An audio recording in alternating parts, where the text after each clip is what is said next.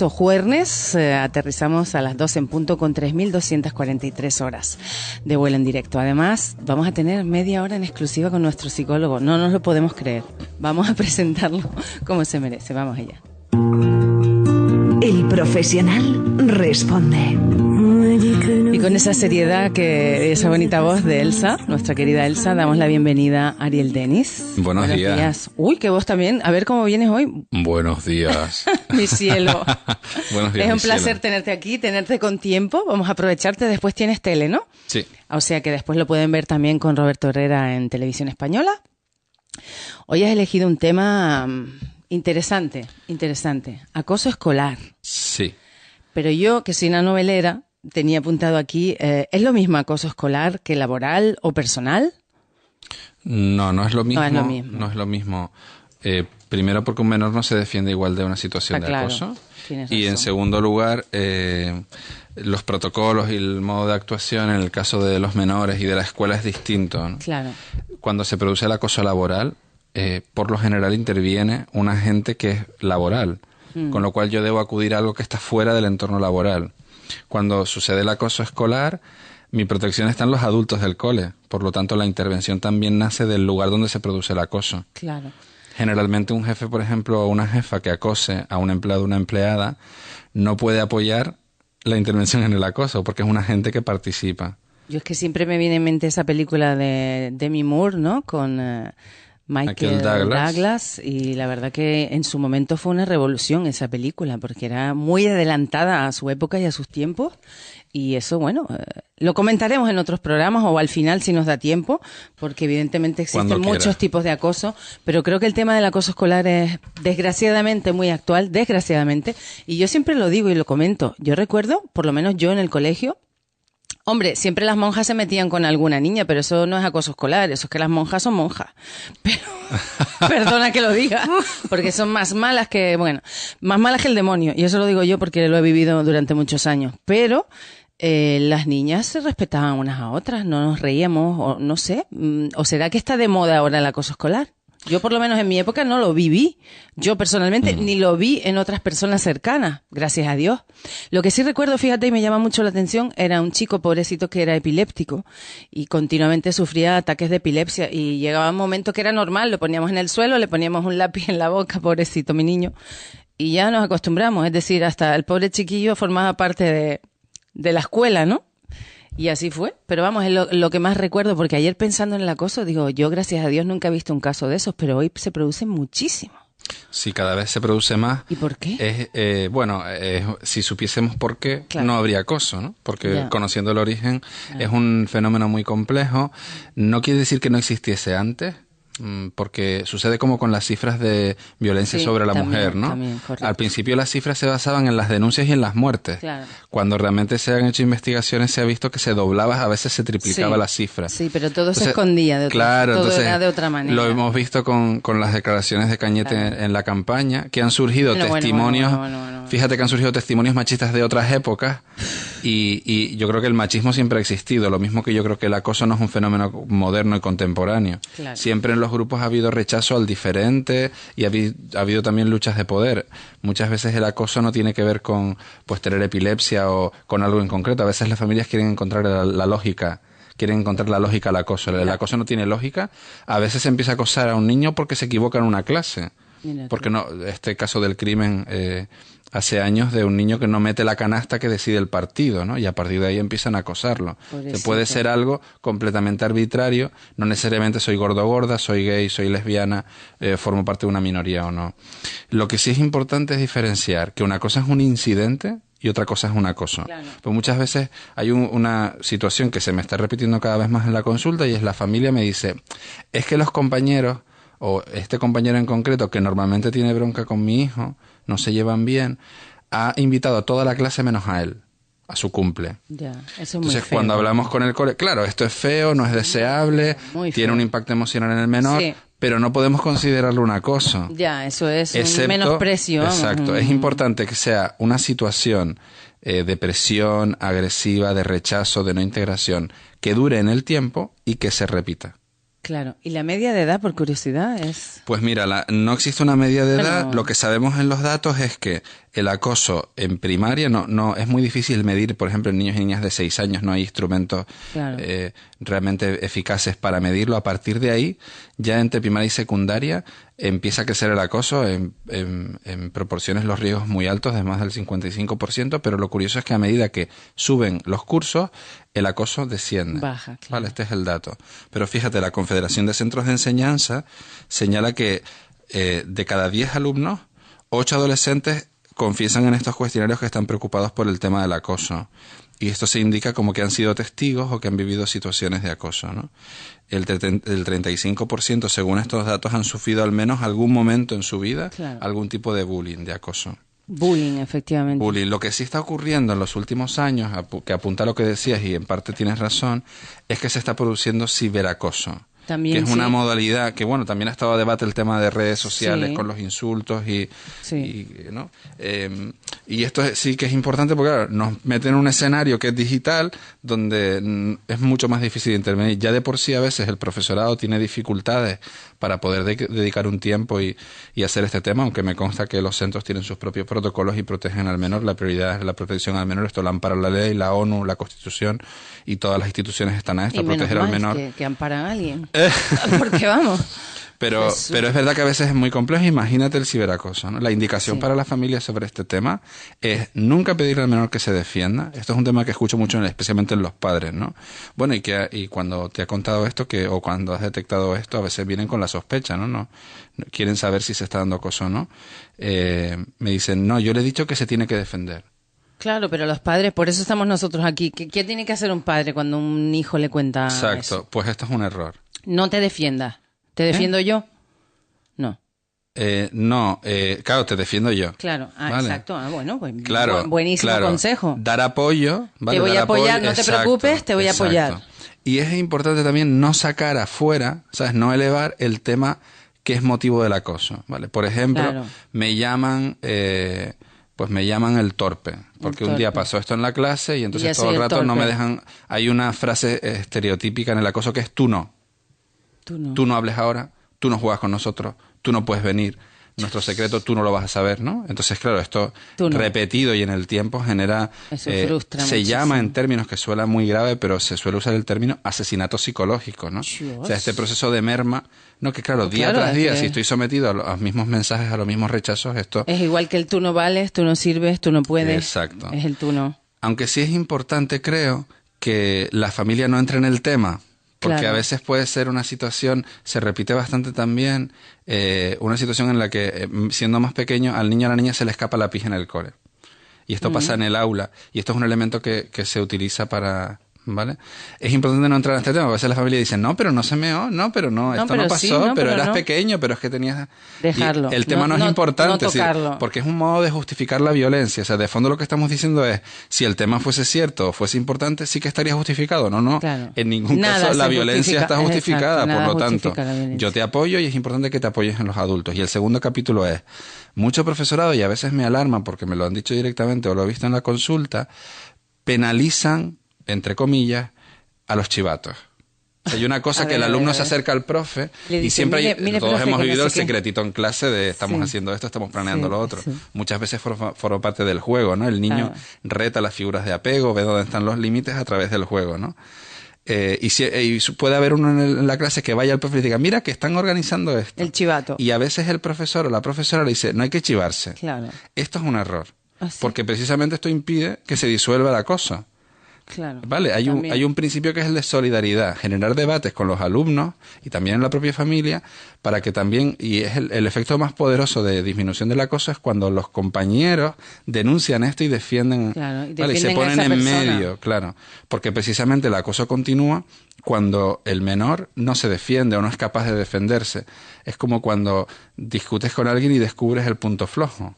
Pues entonces el punto flojo siempre lo repites para tomar el control de la disputa. Lo mismo sucede en las situaciones de acoso. Una pregunta, porque antes lo que dije de las monjas es verdad. Es decir, acoso sexual, acoso escolar se denomina cuando los propios alumnos acosan a un compañero, ¿no? Pero si es de un profesor hacia un alumno, no se denomina acoso escolar, ¿no? Bueno, típicamente hablamos de acoso escolar en este caso entre iguales, Bueno, porque eso también existe. Claro, puede haber algún tipo de acoso. Generalmente, el más que solemos referenciar es el acoso de tipo sexual, o sea, de un adulto a un menor. También. Estos son distintas modalidades de pedofilia. Y bueno, esto por un lado es una enfermedad y por otro lado es un mal social, pero que no estamos hablando de eso hoy. Vale, perfecto. Vale. No, es que fíjate además que va por circuitos completamente distintos. Sí, no, preguntaba si se... No, está bien, igual. Está bien. No, y hablando de eso, un apunte que hoy he leído una noticia antes de entrar aquí en la pecera, que han descubierto una red de pedofilia en Estados Unidos enorme, compuesta por la mayoría de bomberos, policías, profesores, gente que tiene que ver... Qué asombroso. Pero bueno, sí. Eso cada vez existe más también, aunque no salgamos del tema. Creo que no, creo que, fíjate, volvemos a lo que hablábamos al principio. Sí, siempre ha existido. Claro, hay una alarma social en todas las épocas de que siempre existe más. No, lo que pasa que ahora los estamentos públicos funcionan mejor para erradicar esto. Es como también pensar que ahora hay más corrupción que antes. No, perdona. Lo que pasa es que ahora hay más instrumentos. Para saberlo. A ver, a mí yo lo lamento y cada vez me duele más y cada vez digo a dónde vamos. Pero también me alegro porque digo, jolín, los instrumentos del Estado de Derecho funcionan en la medida en que las grandes fuerzas empresariales y políticas que se supone que tienen el control de estos instrumentos están siendo denunciadas, por lo menos. Bueno, luego por que lo sean menos procesadas o no. Entonces lo mismo tema. Sucede con la violencia sobre la mujer, con los casos que me hablas de pedofilia. No es que haya más, es que ahora los conocemos. Pero sabemos casos de los 70, 80 y 90, por ejemplo, de la Iglesia, que el nuevo Papa ha dedicado un tiempo exclusivo para analizar esto, de casos de pedofilia, por ejemplo. Que lo que pasa es que antes no se denunciaban y están los adultos ahora que tienen 45, 50 años denunciándolo. Claro. Esto es muy distinto, no es que haya más, sino que ahora es más visible. Bueno, y si me permites, aunque yo siempre te interrumpo, pero vamos un poco en la línea, hablando, ¿el machismo se considera un acoso? Bueno, hay un acoso que es de tipo sexista. Sexista, sí, exacto. Pero los datos en menores indican curiosamente que el acoso suele ser en el mismo sexo, es decir, las niñas acosan a las niñas y los niños. Esto no quiere decir que no exista el acoso de un chico que, por ejemplo, pues pellizcando, levantando la falda o incluso dando mensajes muy groseros que esto pone nerviosa a la menor. También existe este tipo de acoso. Es curioso porque es muy alarmante también los casos de acoso por identidad. Sí. Pero los datos indican que el porcentaje es alrededor de un 1% de todo el volumen de acosos, con lo cual tampoco es tan relevante el hecho de las minorías. Volvemos a lo mismo. Una de las características del acoso es que el tema no es importante. Es una excusa. Lo importante es la no defensa por parte del menor. Y esto nos lleva al error de que hay que decir a los menores que se defiendan, ¿no? Vale, si a ti te pegan, mensaje claro en el día de hoy. Apoyar a los chicos o a las chicas y decirles que no se defiendan, que los defendemos nosotros. Y dirigirnos al centro. Para eso estamos. Claro, hay dos vías, ¿no? El centro escolar y los profesionales de la salud, sean médicos, doctoras, sean psicólogos, psicólogas, para apoyar este asunto y la propia intervención del centro, que tiene sus propios protocolos para atender Supongo esto. Que lo primero es ir a hablar con el centro y con la persona apropiada, ¿no? Sí, y es importante ver que el profesorado y el equipo directivo de los coles son un apoyo. Vale, no, a veces vamos ya con la acusación, ¿no? Como si hubiese sido una negligencia por parte del colegio, y no es una negligencia, esto es un elemento muy complejo. Ningún profesor en su sano juicio, ninguna profesora va a obviar una situación de acoso donde un menor está sufriendo, y a veces el tono en el que se acerca a la familia, vale, y una de las medidas, por ejemplo, con el menor es reducir la ansiedad. Es decir, no empezar a gritar. A veces el acosador o la acosadora es alguien que ya antes ha tenido incidentes con nuestro hijo, con nuestra hija, con lo cual nosotros reventamos y pues incluso podemos empezar a insultar o hablar en alto de que vamos a tomar medidas, digamos entre comillas, alegales. Esta no es la idea con eso el menor. No es el concepto. No, porque la violencia no se resuelve con violencia. Vale, está claro. Me viene a la mente ahora que si te decía un caso reciente del hijo de una amiga, que es un crío divino, pero es muy gordito, y entonces el chiquillo llegó un momento que no quería ir al colegio, y la madre al final consiguió descubrir que es que lo acosaban continuamente, pues el gordo, y el pobre niño ya es que no podía más. Y efectivamente lo tuvieron que llevar al psicólogo y más o menos lo van enderezando. Pero ¿por qué se produce eso? Vuelvo a repetir, si es que sabemos por qué se produce, que se ensañen con un niño. ¿Porque es gordo? ¿O porque es feo? Esto, nuestra cultura trata de buscar, ¿sabes? La homogeneidad, ¿no? Se supone que nos vestimos aspiracionalmente como la gente a la que queremos parecernos, deberíamos pensar todos parecidos, ¿no? La propia formar parte de un grupo implica ser aceptado, y para ser aceptado hay que respetar ciertas normas, se supone. Ahí voy, la palabra respeto, confianza y responsabilidad, ¿no? Sí. Esas 3 palabras tan maravillosas que tú, bueno, no me las enseñaste, pero me las enseñaste como trío, como 3 palabras juntas que forman parte, que si todos tuviésemos esas 3 palabras en nuestra mente continuamente, todo sería distinto, ¿no? Sí, es difícil porque... Enseñarle a los niños primero el respeto a los demás, ¿no? Claro. Eso también forma... Es difícil, perdón, porque estamos viendo la tele y entonces la mamá ve la tele y dice qué gorda está Belén Esteban. También. Claro, es que si esto Tienes forma razón. parte de nuestro discurso Tienes cultural, razón, es verdad. luego también los menores, cuando trabajo con ellos, empiezan como a respirar y a relajarse porque yo no obvio la realidad social con ellos. Entonces digo, claro, es que es tan difícil no darle importancia a que alguien es gordo cuando a veces los adultos pedimos cosas que no somos capaces de dar. Es verdad, también, ¿no? es verdad. Sí. No hay nada como hablar con un psicólogo, señores, la verdad que sí. Y esto, además, y esto es doble sufrimiento, porque el menor dice, jolín, quiero porque te quiero y no quiero perderte, te quiero mamá, te quiero papá, hacer lo que me pides, pero que no sé cómo se hace eso. Claro. Porque tú cuando cierras la puerta dices, no, la vecina cada vez está más gorda, parece una ballena. Pero eso va, Entonces, yo creo que este eso... comentario, como luego yo no voy a rechazar a una persona en el cole que esté gorda. Claro, también es verdad. Bueno, entonces volvemos a lo mismo, educación. Sin lugar a dudas. Educación, porque yo, por ejemplo, siempre he pensado las cosas, pero siempre digo las buenas, las malas no se me ocurre decírselas a una persona, pues qué feo eres o qué gordo estás. No, al revés, qué guapa estás hoy, te veo más delgada. Pero ya por no sé, por lógica, por caridad. Por humanidad. Tampoco es una cuestión de obviar. ¿No? Tú me dices, Ariel, ¿estás gordo? Pues mira, sí estoy gordo. Bueno, pero depende de esto cómo no se muestra, diga también. Pero esto no me muestra por debajo ni por encima de ti. Por supuesto. En ningún aspecto, excepto que los dos nos vayamos a presentar hoy a un certamen y tú ganarías. Claro.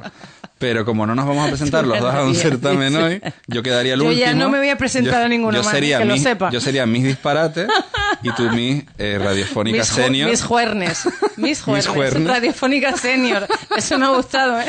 Vale, quedaríamos los dos en el extremo de la foto y el resto de candidatos en medio.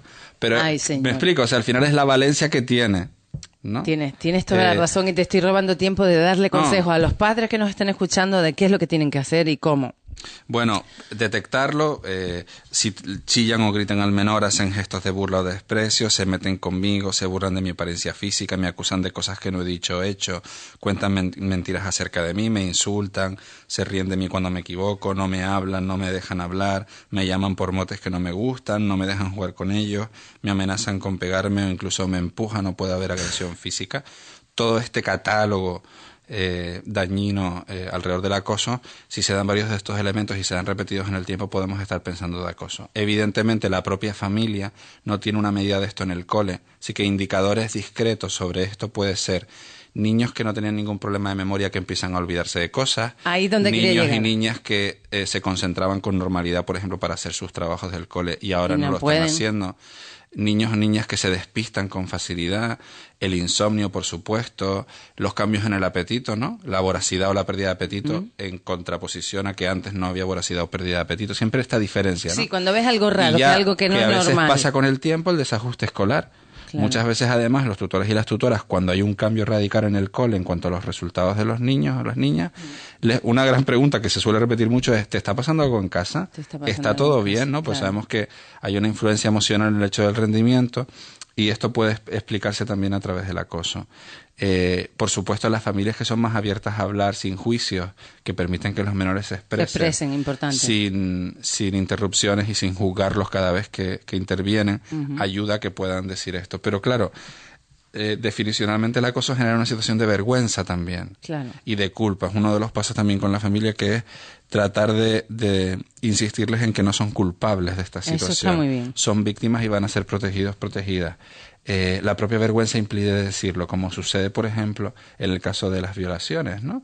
Que muchas veces hay que intervenir mucho para que esto se denuncie. Es muy difícil de decir, porque claro, es vergonzoso contar esto públicamente, ¿no? Sí. También en casos de acoso, donde la variable sexual es importante, ¿sabes? Cuando se roban fotografías o vídeos y luego se publican, esto se está dando en adolescentes a través de las redes sociales. Es importante sobre esto decir que no hay que insistirle a los menores que se defiendan. O sea, el tú más, el yo te insulto ahora, el yo me defiendo, no es medida. No. La violencia no se combate con violencia. No. Y en segundo lugar, indicarles que no tienen que abrir estos mensajes y que los guarden, ¿no? Buscar alguna figura adulta de apoyo siempre que pueda guardar esto, hacer capturas, guardarlo. Hoy los servicios de mensajería gratuita como Line, WhatsApp se están usando mucho para esto porque permiten enviar vídeos, fotografías, audios, ¿no? Yo tengo muchos casos de disputas, por ejemplo, grabando audios y que esto ha generado en algunos menores que he tratado en los últimos tiempos situaciones de auténtica enfermedad mental, o sea, situaciones luego de paranoia incluso por darse... ¿Que te mandan amenazas? ¿O insultos? No, que a lo mejor tienen un grupo de WhatsApp, empiezan a hablar, empiezan con una broma, y es que claro, siempre al final se destaca algo que es arbitrario, y esta persona llega a sufrir auténtica paranoia de que lo van a detener, lo van a denunciar, ¿no? Hay también una paranoia alrededor de las redes sociales, ¿no? Y de los hackers y de los movimientos de seguridad en Internet. Ariel, ¿qué edad recomiendas como psicólogo? Porque ahora todos los niños tienen móvil, teléfono, WhatsApp. Yo creo que los padres se han vuelto un poco locos para controlar también al niño, porque ahora está con el padre, luego está con la madre, así lo puedo llamar, pero eso al final perjudica a los niños, porque están todos enganchados al móvil primero y luego se sufre el ciberacoso y estas cosas. Yo creo que tiene que haber una edad mínima, pregunto, no tengo ni idea. Es difícil, me preguntan muchas veces esto, sí, también me preguntan, ¿no? ¿Cuánto le doy de paga? Claro, también. Ay Dios, pues. Claro. Pero tiene que haber unos términos. Sí. Igual que de paga no le vas a dar. Hay una dificultad y es cada vez antes los niños y las niñas tienen paga o tienen móvil. El tema no es que tengan móvil, el tema es que tienen unos móviles que cuestan entre 500 y 900 euros, claro, porque un iPhone, qué barbaridad, el más barato cuesta creo que 600 euros. Sí. Entonces, o sea, tienen un pedazo de ordenador en la mano también, que les da acceso a todo Internet, que les permite, evidentemente tiene un uso maravilloso, la tecnología es maravillosa, defiendo la tecnología, pero que también entraña riesgos, ¿no? Sí. Y muchas veces también los padres no saben muy bien cómo manejar el aparato, claro, como no saben cómo manejar Internet para que tenga filtros parentales, para que haya páginas bloqueadas. Eso es importantísimo. Hay sistemas automáticos que lo sepan en todos los ordenadores para, por ejemplo, si el contenido es sexo, que el menor no pueda entrar. ¿Vale? Pues mira, buen consejo para los padres. Hay ciertas palabras violentas y son filtros, se llaman filtros inmediatamente parentales. No pueden entrar, filtros parentales. Sí.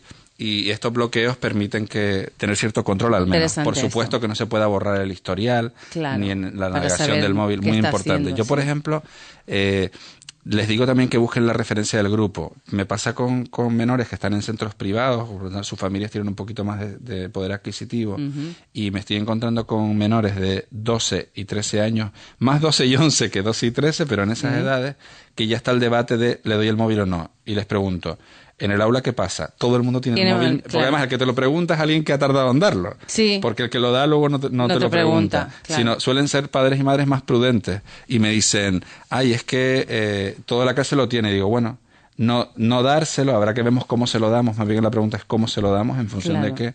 Pero claro, no dárselo supone no poder estar en contacto con sus compañeros. Es triste, pero es así. Es que sí, es lo que tú decías, hay que estar en sintonía con el grupo, ¿no? Sí. Con la media. Lo que sí me gusta, y espero que se respete más, porque todavía en algunos centros no se respeta del todo, es que durante la jornada escolar no esté permitido el móvil, por ejemplo. Por supuesto. ¿No? Lo que pasa es que, claro, las generaciones anteriores tenemos mucha resistencia a los cambios, y yo, por ejemplo, que sabes que doy cursos, muchas conferencias, ya todo el mundo está con el móvil en la mano y muchas veces me están tuiteando.